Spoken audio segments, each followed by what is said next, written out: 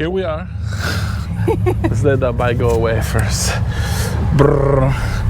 No, I've done interviews with this at a beach, at the river, and the sound quality is yeah, good. when you did it at Lover's Point, I was surprised. I was like, oh my gosh, that's pretty really good. Yeah. Okay, here we go. So welcome to one more episode of Darte Arte Podcast. We're here in beautiful Monterey, and today I am with Lori. Your handle is art by... It's LZB. LZB. Photo art. LZB photo art. I've changed it. So we put it right here. and your last name is Sabala or? No, Z is for my maiden name. And then Bala is. Bala is, okay. All right. Well, local artist, friend, collaborator. You've helped me in many projects. One of the things that I'm starting to ask people just to get the brain going is this is Darte Arte Podcast, which translates to Give You Art Podcast. But if you didn't know that, and I give you the letters D.A.P, what does D.A.P means to you, that acronym? Give me a... I know it's putting you on the spot, but that's okay. Every person has a different feeling about it. Some people try to go funny. Some people go very punchy. Well, something just popped in my head now. Please do it. Do art productively. Do art productively. Here you go. We are a Do Art Productively podcast, and one of the things that I asked. Hey, how are you? No, they didn't say hi to us. They were just road rage. Is what's your earliest memory about art? Like, when do you think that the earliest you can remember is where everything started? Was it a song? Was it art that you saw? Was it a book? Do you remember? Well, there's probably a couple things because I do multiple different kinds of art. So, probably like the earliest that I can remember, like doing art and like being like fascinated with doing art was when I was really little, and I don't even remember how old, but I found a rock in the river and it looked like a whale. So there is a river. Okay, I'm interested in this story. So there is a river. What were you doing in the river? Is it the place you used to go? Yeah, I lived out in Carmel Valley, and in front of where we lived, there's a creek. Okay. Not a river, maybe. Hey, it's a river. But to me, when I was little, it was probably... Do you always go there, or was this like a special occasion? Was it like a family thing? It was right in front of our property. Okay. So that's we had that to play in, and you know. So yeah, it was right there. Found a rock. It looked like a whale. Do you try to make sense of it? Do you try to paint it? Anything else? Or I painted the rock. You did? It looked like a whale to me, and so I painted a rock with a rainbow on it. And that's the first thing I remember ever painting, and being fascinated with looking at nature and combining nature with art, and you know that. What happened to the rock? I don't know. It's probably still out there. You painted and put it back in the river, or you kept it? Do you remember? I think I kept it for a while, and then I don't know, maybe it ended up outside or something at some point, and just Okay, so you're basically a local Carmel Valley in this area. Arroyo Seco. Arroyo Seco. Okay, so you grew up here. Where do you go from that earliest memory about art? How did it develop? Like, do you remember, I don't know, I see my kids now and I see coloring books, or one of my kids wants to do a lot of like engineering or whatever, you know, with scraps, because my house is full of stuff. So do you remember where it went from that memory? How did it move on for art? Yeah, so for painting and drawing and that kind of thing, coloring books were actually a big deal. Like, okay, there you go. I remember having these really big ones that were really like beautiful, like drawings, and then coloring them and just really getting into like trying to do the detail of, you know, like mixing colors to like make it look really real. So was it coloring with like color pencils or more of crayons and sometimes pens? I think these were like the ink pen type coloring books and stuff. And so, you know, I remember really just, you know, like you're into it. Yeah, of course. So yeah, being into those kind. And then my dad was a photographer, so like my interest later went to photography like almost right away. Like, you know, like art. How early? Like high school? Before high school? No, before. Yeah. I remember going with him. Like he was teaching a class, and I was probably maybe 8, 9. Okay. And he was teaching darkroom class, and I remember just that experience, seeing like what the kids were creating. And then being in the dark room and just that whole experience, the chemistry, the magic, just like being, I was like hooked right away, you know. And just that's awesome. Yeah. Did your dad have like a dark room in your house, or it was always okay? That was just that one time I saw that, and then he did photography for Easy Rider magazine. Oh, okay.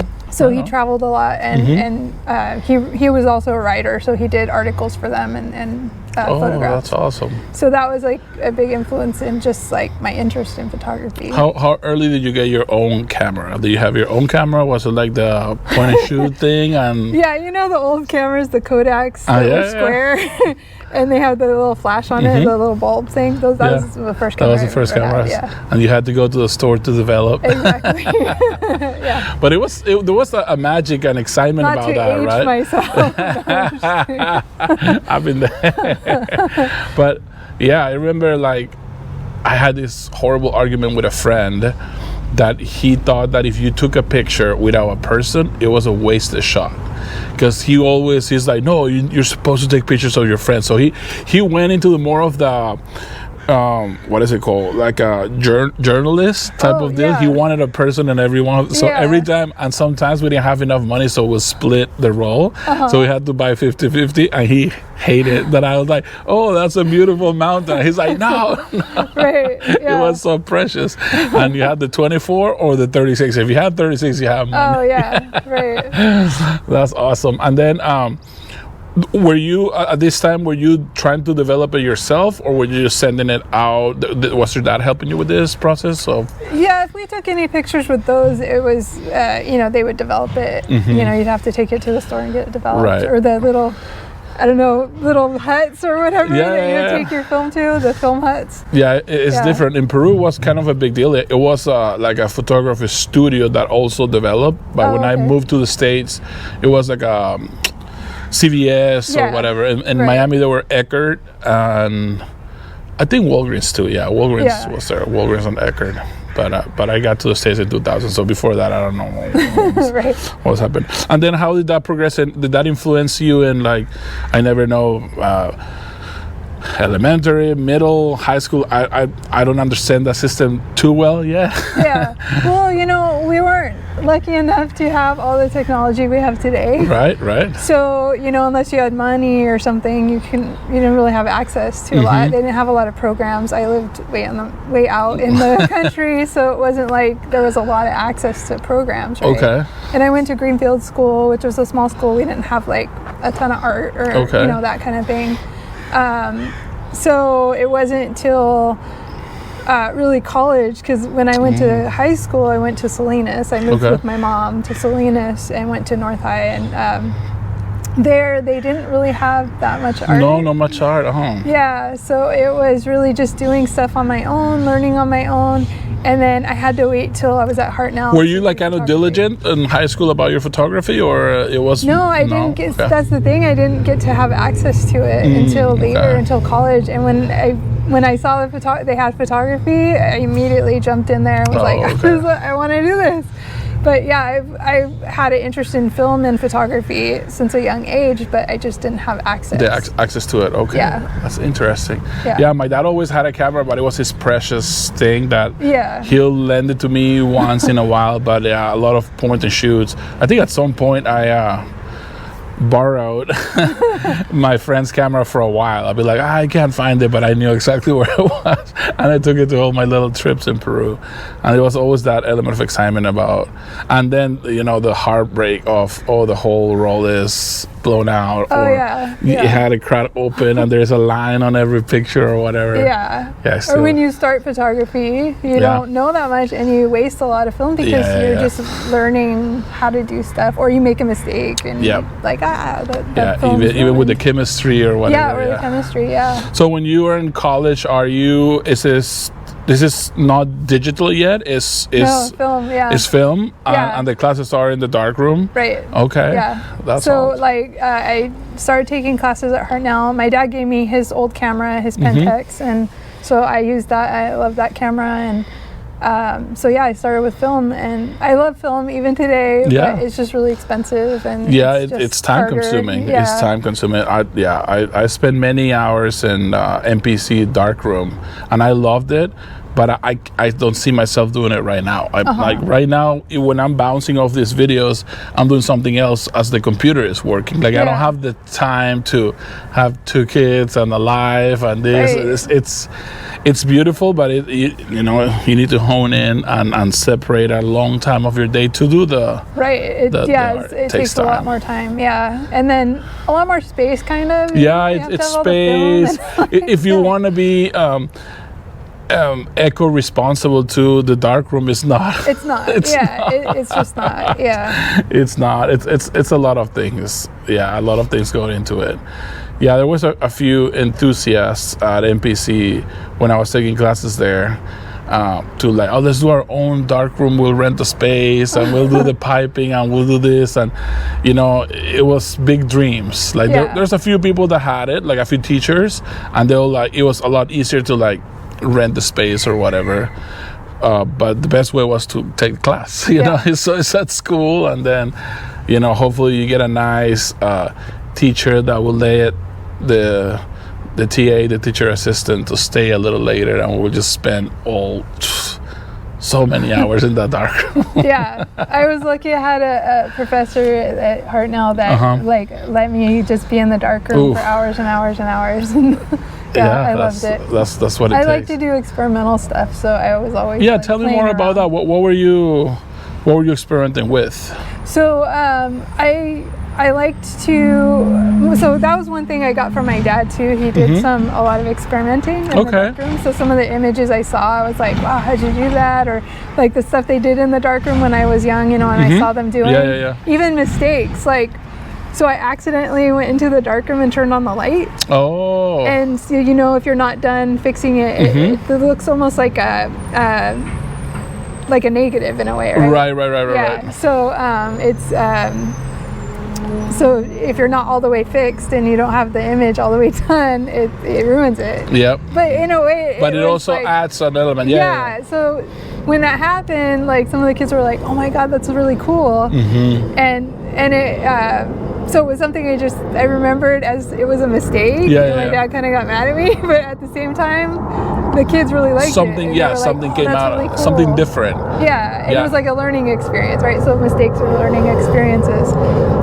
So when I started going in the darkroom, I always wanted to see, just like play with images, sandwich images, like, just try different things. And I think the earliest I started doing a lot of that though was at MPC, because there was an experimental class. So I took that class. Was that with Martha or no? No. Martha Casanov. Yeah, I knew Martha, but and she does amazing like pinhole I took a class with her. Yeah, she's an amazing teacher. I can't remember my teacher's name. No, okay. I knew Kevin. He was the head. It was an older man. I think he left a long time ago. Maybe before Kevin. Maybe. Yeah. Okay. I think it was before Kevin. I met Kevin, and this was like when I moved here in 2013 or something like that. So it's all right, that's awesome. The first thing that we did, I can't remember what they're called, but you don't even use a camera. You just use photo paper. You place things on top. What is that called? Oh my gosh. We'll put it here. Right, yeah. We'll Google it. What it is either. Because I did some of these. I want to say impressions. I don't know. There's some paper you can get. Like I did this with my son when he was littler, and we would get like plants or something. Exactly. And you put it on there. Yeah, and then you go into the photo room. You expose the light with the things on top of it. Yeah, or you could do it in the sun. In the sun too. Yeah. No, I have the blue thing, which is cyanotype. Cyanotype. Yeah. So I've done cyanotypes. No, but the first part of the class at MPC, it was like you brought this and just put it on top of photo paper and you expose it, and then you get the silhouette. But I remember I brought my G.I. Joes. I brought like little, or I remember I think I was wearing like a necklace too that I arranged in a way and then exposed it. And it was a lot of fun to do all those experiments. There's actually some artists I noticed doing some of that now. Like they're bringing it back. That's awesome. Yeah. I've done cyanotypes on shirts, and then they also sold, based on the same idea of the cyanotype, other colors, because cyanotype is blue. Yeah. But I bought some stuff that was red, yellow, and green too, but it's the same thing with plants. I put a shirt and then it's a very fun process. The alternative process. Right. Okay, so you were doing this at MPC, and what's the jump from that? Because I know you still do photography, but when do you start getting more interested about painting? So I actually started doing mixed media with the photography. So at Hartnell, I did, when I would mount some of my images, I would add things to it, like fabric or things to include in the art piece. And so I started messing with that. And then at MPC, after I took the experimental class, I started painting on my photographs. So I would use a photograph and then I would paint on it. Was it because you were taking like a painting class, or you went just I want to add something? Yeah. You remember your inspiration? Is it something you saw, or you just? I don't know. I don't know if it's just like how my brain works, how I see stuff. Like, so in some of the photographs, so one of them was I took a picture of a surfer. So he was on this wave and it looked kind of stormy. And I thought, it's like really stormy. And so then I started thinking, what if the waves were all coming up, and there's an octopus underneath. Okay, so you're even like creating a story within the... So that's, so the storytelling, my storytelling brain, like didn't want to stop at just a regular image, right? Like it wanted to keep going. And I think that it's hard for me to like, I guess, you can't really create that just by taking photographs. So I was like, how can I create this? And the only way I could think of was to paint, or like I would paint and then cut out and like do like little collage type stuff. And so I just would play with it, I guess. Were you conscious about the materials you use, or you was just like anything that comes to mind? Like if it's a highlighter, I'm going to use a highlighter. So I think when you grow up with not a lot of access to stuff, I think you learn to use whatever you is have. Around you. so it was like when you forget a tripod and you balance your camera on a rock. Exactly. Hey, there we go. There's a nature tripod. You know me. Make it work. Yes, making it work. So I think and that, like, I love storytelling. So storytelling's always been something, because growing up I didn't have like TV, but we had like movies on audio tape. Oh wow, okay. So you had to see stuff in your head, right? Radio novelas, we call it radio soap operas. My mom tells me about this. Okay. I did have a TV growing up, so I can't complain. I think I'm older than you. But my mom, there was this novelas that came on the radio, and they would listen like, what's coming up next? But I remember having audiobooks as I was a kid. Yeah. Like Star Wars, where you like you didn't know how to read, but you hear the story, and it was in Spanish. And you had a book sometimes with Yeah. No, I've had those. That's what we had. And then, like, Star Wars was actually my first movie I ever saw. Oh, really? So that was like a big impact on me. And wow, I can imagine. That's awesome. We rode the train to Malibu, and this was when my dad was working at Easy Riders, and then the guy that was the owner at the time, he took us to the movies for the first time, and I was like 3 or 4 or something. Really? Yeah. Wow. And I still have the memory of that. Of course. Like, what is this? This Can't is amazing. believe it. Yeah. So so I think I feel like I'm a storyteller in general, right? Like, so I like to tell stories in whatever way I can. Yeah. And from there, okay, so it's photography, multimedia, telling the story, a little bit of painting. Do you remember about when you were like, I can film this? Can I make it a video? Can I make it a movie? Was that... I wanted to do filmmaking, like, was this time. Like part of... Yeah, when I was a kid, like, I was like, I want to make movies. It was more like, I think...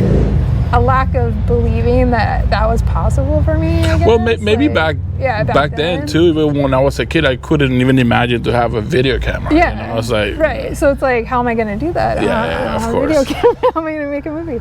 But now it's like, it's a lot easier. And then I ended up, after MPC, graduating and going to CSUMB. And I had applied to a bunch of art schools and got into all these art schools, but I picked CSUMB because I liked the way the program was. Okay. And I actually ended up doing integrated studies because I was in the visual arts program, but there wasn't a lot that I hadn't done already. Okay. And so I was like, well, I'll combine film. And, I had imagined just to kind of combine things, and integrated studies was great because you can combine multiple stuff. Everything, multimedia, all kinds of stuff, and basically make your own major. So, so I did that, and I did an experimental film. I called it experimental documentary because it was like about losing my dad and just that, how you feel and just our relationship and just thinking about that and then I was a parent, so thinking about how do I want to be a parent. And so a lot of that has elements of layering and things like how I do with my other work. So it just sort of incorporated into that. That's awesome. And that was like what they call it, the capstone? Capstone, yeah. That was like your project? Yeah. Okay. Yeah. And how was the process for you? It was hard because it was a personal project. Yeah. Hi. Monterey, small city, big airport. Right. So yeah, it was a personal project, so it was a little more difficult, but it was great because I had taken a film class, like real film. So it was a film class where you film with a Bolex. Okay. And I fell in love with the Bolex, and so I wanted to use that, but I actually ended up using film, digital, and a mixture of I converted old film footage that I found that my dad had. Nice. I didn't even know what was on it. I just got it converted to be able to edit it. Yeah, so digitize it? Yeah. So digitalize. I don't know. I think I went through Costco. Costco was doing it at a time, and it was pretty cheap. Okay. And then I shot some footage on the Bolex, and then got that transferred. And then I did some with just digital, video. And was this like a whole story? Was it parts of like interview testimonials, or? It was footage, like different footage. Like I shot images of photographs, and then I did footage of me and my son walking. Okay. And then I added in some footage of my dad on the old video, film reel. It was like I think it was 8mm film. And so it just happened that role like had him on there, and I was like, that's oh awesome. My god, that's crazy. So and then I recorded like voiceover that I was talking. The story. It was more like not a poem, but just like talking about reflections. Yeah, reflections. Okay. That's a good way to put it. And so I just recorded myself talking, and then I added that into that, and so it's sort of revolves around memory, and then just memory of him and thinking about him, and then thinking about how our relationship was and how I want to be as a parent, and just like yeah, so it's a lot of this. Yeah. So and then the technical aspects to make it. Yeah, because every time I would have to watch it, like I was I'm crying now. but it was a good project because initially as an artist, the whole reason I think I did art when I was a kid and stuff was to, you're trying to figure out how to deal with what's going on around you. Yeah, of course. Everyone does it for different reasons, but I expressing think yourself. Yeah, it's a way to get through, traumas or whatever it is, right? A way to heal in a sense, and now for me, that's a lot of what I want my work to do is to help not just myself, but other people, through things or process things and ask questions or, whatever. Yeah, no, 100%. 100%, I agree with that. And right now, where are you right now? So you've done all of this art, and I know you're very active on the art you're helping me sometimes with videos and my crazy things, and I really appreciate it. The first time we met, you helped me to shoot this podcast like years ago. I think that was the first thing we did together. Right. And then we did a video together. We'll put, The video was first. Oh, the video was first. See, because I took a picture and you contacted me on Instagram. That's right. Because I was like the video. It was a scary, spooky video, and you had some scary, spooky pictures. So I'm like, oh, this is a good match. Yeah, that's and that made me feel so like alive, because I hadn't done any kind of film work for a long time since school, and I was just like, oh my god, this is amazing. So it actually, I think, is responsible for reinvigorating that. That's what this is about, community, and, sharing experiences, contacting people, getting, creating. That's the thing that I have. I want to like collaborate with people, connect, create, and just express yourself. Just whatever it is. Sometimes you're feeling good and it's good. Sometimes you're feeling moody and it's not fun, but it's still a feeling. It's feelings that we feel. It doesn't all need to be happy and good vibes all of the time. It's impossible to sustain. Right. And I think it's important to collaborate. I think it's good to do your own thing, but I think collaborations help you see your work in a different way. It brings out better work a lot of times, and then it makes you grow as an artist. 100%. There's tons of things you could say about collaboration. It's hard to find good collaborations. But no, it is. You need to pick your battles, right? Sometimes if you're really stubborn about this, maybe the next thing you need to let the other person get it, because if not, it's not a collaboration. It's just like a boss telling people what to do. Right. Yeah. And you always try to avoid that. But what it helps me a lot, collaboration for me is to finish projects. Yeah. Because if I don't, then I have this guilt that I'm not doing my part. So it helps me being held accountable for stuff. Like with a song or with a video, I feel like if it was only the video about me, I'll be lazy and I'll sleep on it. But if I'm like, oh no, this person's already put in their time, I feel bad that I took time from you. So I need to give something, I need to come up with a product. So collaboration, for all the reasons that you've said, but for me, it also helps me finish the things that I start that are way too many sometimes. Oh, totally. Yeah. Yes, and speaking on that, I feel guilty that we haven't finished the project we're working on currently. It's okay. But we will. We will finish it. Hopefully in 2 weeks. I'm going to give myself 2 weeks. We're having a Barkings video coming out. And then you helped me shoot one of my own videos with the pink flowers. Right. I haven't even started that. Okay, so there's double guilt over here. So don't feel so guilty. we will get there and we'll show the people what we're creating. Do you have any goodbye words for people who are trying to do anything with arts, about the community, or anything you want to share? Let me see. Well, I like to always encourage people, like, just to try something. So, like, one thing I've learned as an artist, like, you might not be good at something, but just try it. You never know.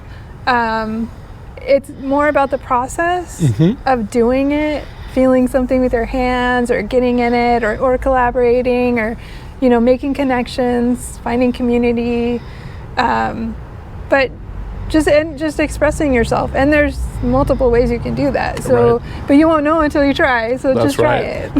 Yeah. Okay. If you're interested and you think you might like it, or you want to just try something new, like just try making something. Just dive in. Dive in. Yeah. Finish your products. Finish it. And don't be afraid to put yourself out there. That's right. Yeah. I think that I'm horrible at this, and I'm learning to do it better. I think we all are. Yeah. Like, ask questions even when you're afraid to, and just like put yourself out there, because I think good things will happen if you. We're all on worst self-critics, Sometimes I'm like editing the songs, and I go to a point like, who am I trying to please anymore? Like, I'm so into this thing, no one knows about this thing I'm creating, and I'm already kind of saturated about it. So at some point you need to just, okay, this is, this is what it is. Yeah, and let the world decide what it looks like. Don't worry about what it looks like, and don't worry about what people say either. It's like if it helps as a release, a way to express yourself, a way to like get rid of some stress, like create something, put it out there, and just let it be. Yeah. All right. Well, this was a Darte Arte Podcast episode something, because I don't remember how I'm numbering it. But it will come up either late this year or early next year, because I have 2 episodes. Oh, I have to say too, please, I want to thank the Arts Council, because they support artists in the community and they are amazing, and I got a grant last year with them. So if you're an artist and you're looking for a way to do a project, look on the Arts Council's website, and they have a grant every year. So next year, I think February, and you can apply for a grant to do a project, or or if you want to just get involved, check them out. They have a lot of resources. So awesome. Okay, Arts Council, I'm gonna go and interview you too. All right, so this was Darte Arte Podcast. See you guys next time. All right. All right, that was sweet. We got it.